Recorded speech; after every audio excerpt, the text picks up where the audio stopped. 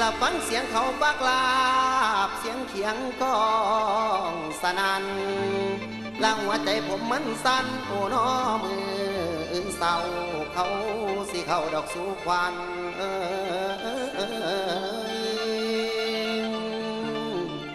ส่วนเจ้าสาวว่านั้นบ่แม่นอื่นดอกคนไกล